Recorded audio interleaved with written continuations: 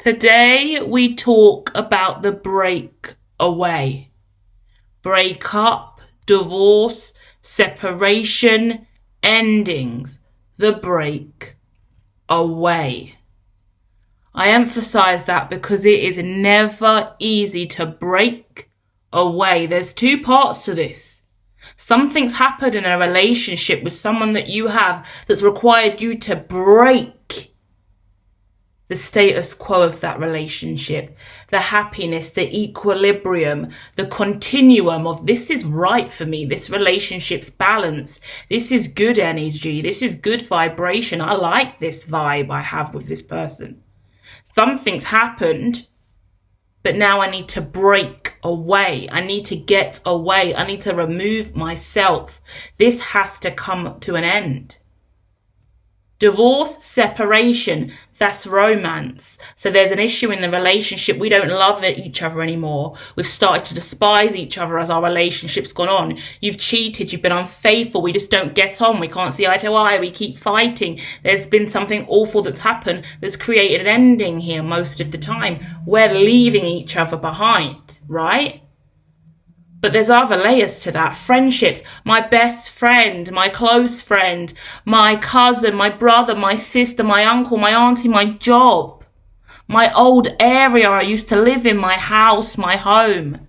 Something's happened and for whatever reason, that isn't a safe space for me anymore. Those family members, those friends, those people, that relationship just doesn't do what it used to do for me. I can't be around you, but also I don't know what life is without you. That's the trauma. That's the trauma we're pinning today, and we're poking the needle in the balloon because we're going to burst it. Because for me, there's nothing more traumatic. The School of Hermitology looking at development and how we all evolve through trauma to have really stable ecological well-being and ability to evolve in healthy ways, positive psychology. It stems from that real pain we go through where we know we need to break away, but we haven't yet decided how to get away or what our getaway looks like and how to stay away. More importantly, how do you stay away from that ex? How do you stay away from that family member? How do you stay away from that job? How do you stay away from that criminal activity that's been bringing you money, eh? How do we break away from that bad thing that we've only seen as good up until now? Shit. Wake up call. I've been committing crime for years and years and years. It's been great, but now I want to go clean. How do I stop committing those crimes after all I knew was those crimes? If you come from the street, you come from the hood, you understand drugs. And you understand you have to carry a knife to not get dragged into violence. Suddenly you can't just go, I want to put this knife down now, I want to hand this knife in, I don't want to be involved in any gang crime or knife culture. But wait, there's still people who you don't know that will see you walking to the shop and put a knife to your throat, saying, who the fuck are you and what are you doing here? So do you need to carry a knife or not? Do you see the struggle, the tension in trying to pull away from something that's bad for you? I don't want to carry that knife, but I could be murdered if I don't. I don't want to sell drugs, but other people might fuck me up if I don't agree to move that food for them.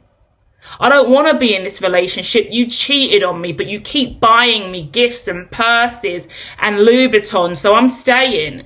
The sex is good, so I'm back again, and we're in bed with each other again, but I know you're still cheating. You abuse me physically, mentally, emotionally, spiritually, but I'm so used to that abuse, I don't want to leave. You've been stealing my money, my jewelry, my clothes, my sense of self, but I'm allowing it because somehow I've seen a side of you that's okay, and I believe you're going to pull through, and maybe if I give you another chance, you won't do that again. I see the potential in you, so I'm staying with you because I believe you will one day reach your potential if only I try hard enough. Everything is telling you break away, break up, leave, go, get out, save yourself. But every now and then you end up there again and you're spinning in your mind, what brought me back here?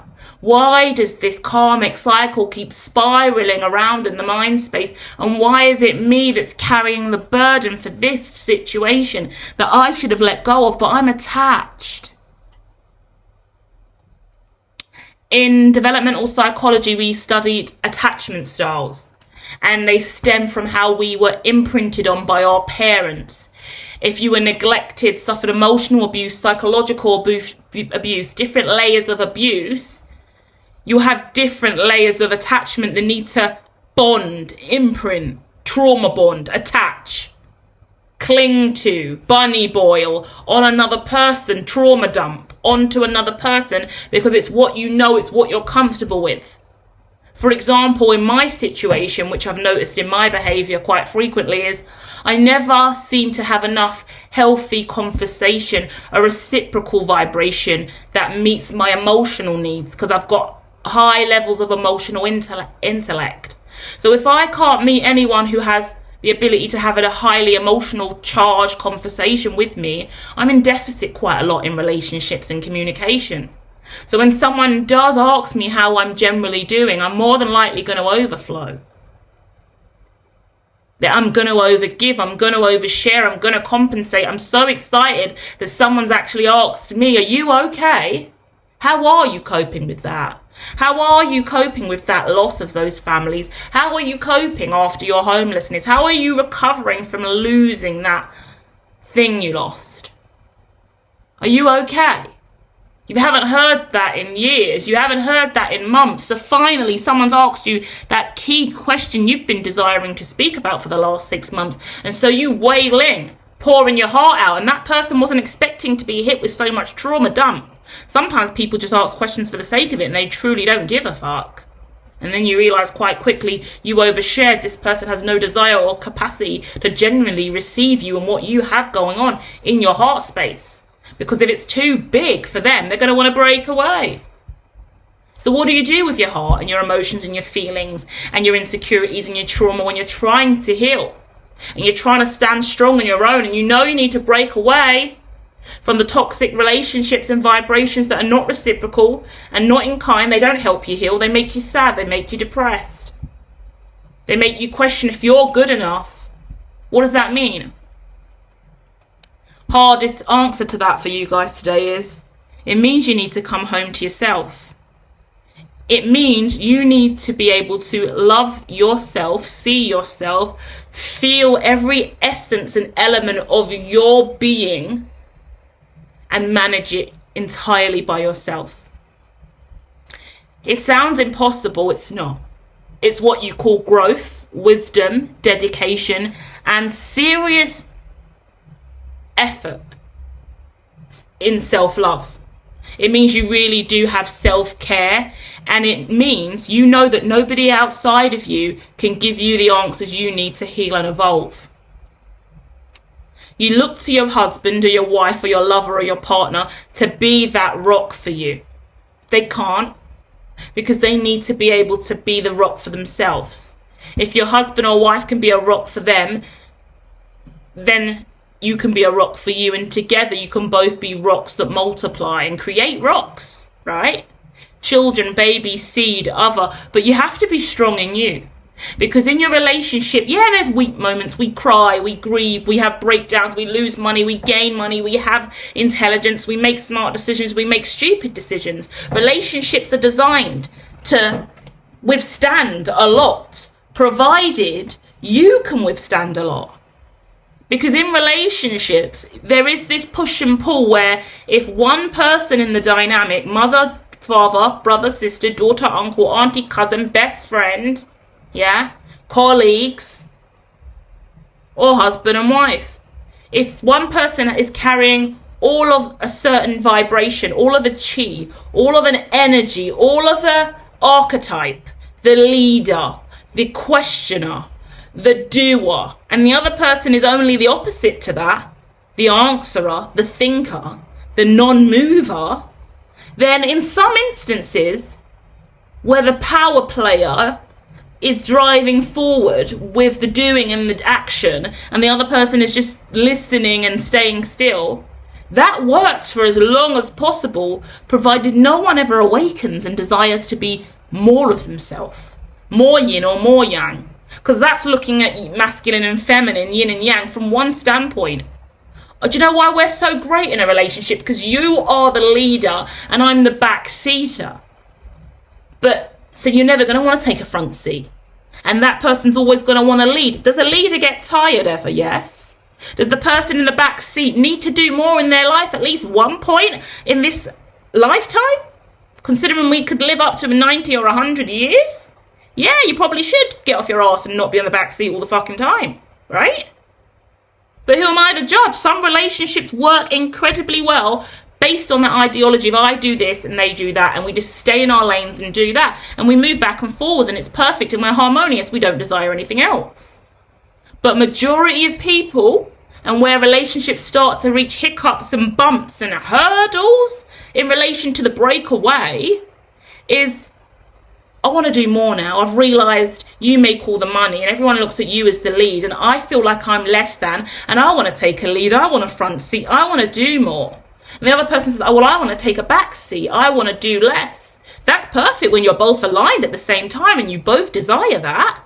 Well, that's twin flame. That's your yin and yang. That's a positive relationship. Oh, we're shifting now, changing the tide. But what about when that isn't the case? And the husband or the wife choose to shift in energy. The mother and the daughter, the brother and the brother and the sister, the father and the son can't seem to agree. Suddenly the shift, and now we've got a whirlpool of change. Someone's awakening in this dynamic. Someone wants to be a professor, a doctor, a lecturer, a surgeon. Someone wants to shift their life and move to another state, another country, another area in the world. Oh, no one in our family's done that before. No one ever's gone into being a doctor or being a dentist. No one's ever decided to date someone out of the race. No one has ever done something different. So the moment there's different energy coming in, suddenly I'm bisexual, suddenly I'm gay, suddenly I'm straight and I thought I was gay. Who knows? Whatever it is for all of you out there, I'm changing my religion. I've put on 20 pounds. I'm morbidly obese now. My goodness, do you still want to be with me? No, I've been cheating on you for the last year and a half with this stick thin woman from the Shake Shack. I don't know. But things happen in life, right? So do you stay? Do you go? Where is the ebbs and flow? You break away because of multiple reasons we just discussed. How do you stay away? You go back 4 or 5 times. You divorce, you get back together. You divorce, you get back together. It's not working. Why? Because the energy, the chi, the vibration, the roles that you wear. Have you ever heard of Belbin's team roles? Have you ever heard of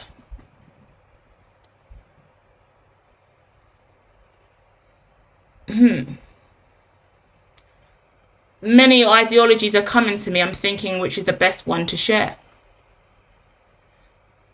But for example, Maslow's hierarchy of needs, let's use that because everyone knows about that pyramid. It's been going viral. We all know that the top of it is self-actualization. That's destiny. We're all working towards self-actualization. Your self-actualization and your husband's self-actualization is less than likely going to be the same unless you've come from the same rock pool, the ecosystem, grown together and built a life in kinship together, fellowship together, manifesting together, building lives and desires together. You know, people from different countries and communities all around the world can have similar threads. So when they meet another person, they're all evolving. Oh, you study this, I study that. We meet at university. You're both studying to be doctors. You appreciate the same discipline. You both also love spirituality, or you both have a passion for gardening, farming, something, and that's blossoming in your relationships. But you're quite different, come from different necks of the wood, but you've got a common bond, something to build on. But all that time, you both got your own pyramids. You need basic shelter. That's where every relationship starts. Food, shelter, money, basic needs, yeah? Warmth. We've got all of that. Hooray, fantastic. Then we've got to start going up. We've got to start looking at your ambition, your emotional well-being, your career choices, your capacity to evolve beyond having the basic needs.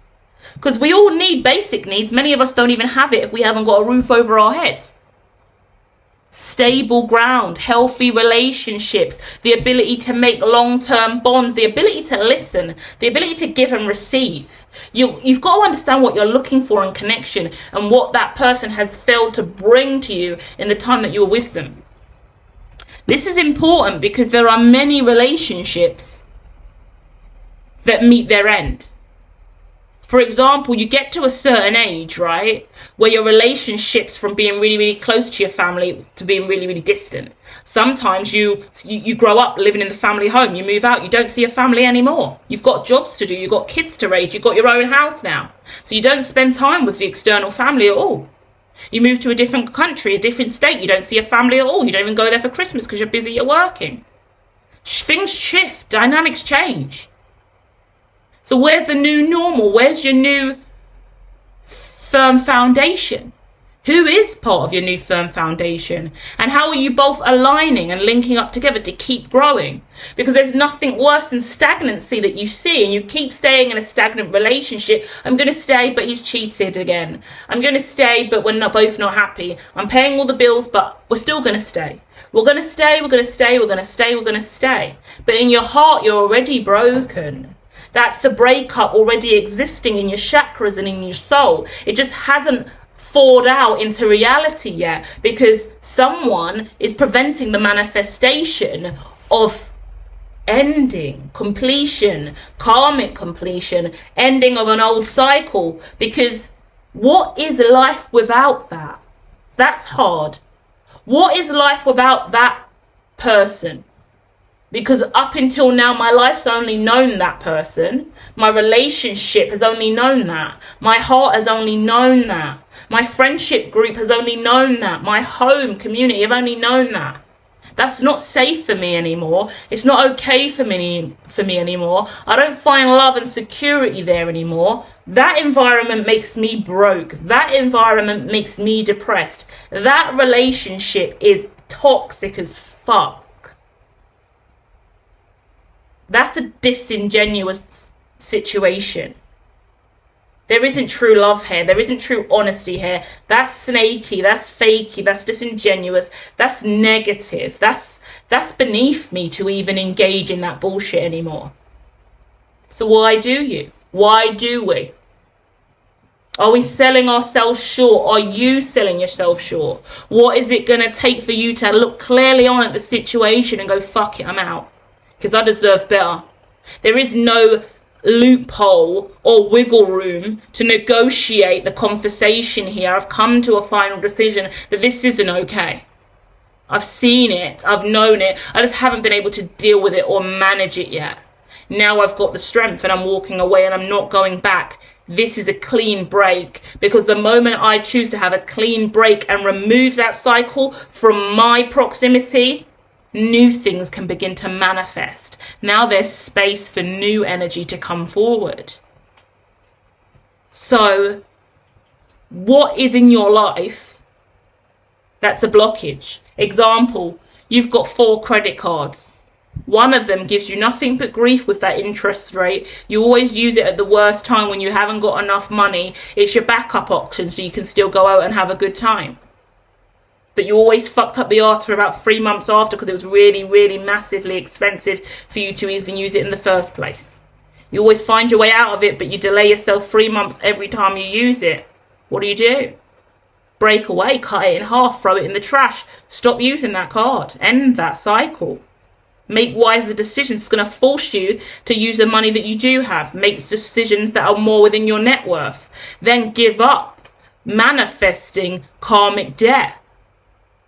You keep going back to that ex because the sex is really good, but about a week or 2 after the sex, when they're posting photos with their new chick or another woman, you feel like shit again. What do? Break away, never go back. So that way you don't have to carry that awful cycle again every time you see them with someone else. You're dating someone who's in a relationship and you're happy to cheat in that relationship.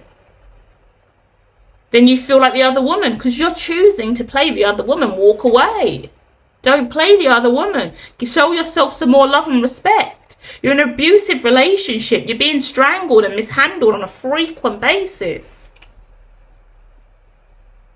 What are you going to do? Stay there and get another bruise that you hide from the rest of your friends and family? Or walk away and refuse to be bruised again in that sense? It becomes a cycle that we perpetuate because we have been told somewhere along our upbringing and growth that this is acceptable behaviour, this is okay. It isn't. It's never been okay. But we've had the blinkers on because we don't know what life looks like without it. So until we can go, do you know what, I'm willing to take a risk that there's a better life for me out of this abuse, out of this toxicity, out of this situation that keeps breaking me down, but I can't get away. So free yourself. Start making strong plans, strong goals, and start acknowledging what is holding you back from getting away from that negative factor in your life. Because God, destiny, the light, positivity, success, whatever you want to call it, it's available and it's always in arm's reach. But you have to be able to see it, call it in towards you. And when you haven't got space to do that because you've got it filled with some karmic, toxic, low vibration, you're stuck and you're at a loss. And you're cycling around and around and around a situation you should have long cut through. So think about that today and make a decision to break away from anything that's limiting your growth. Share in the comments any stories you have or any advice or words of wisdom you do. Share and help the collective evolve because it isn't easy, yeah? And I'll be back soon with more.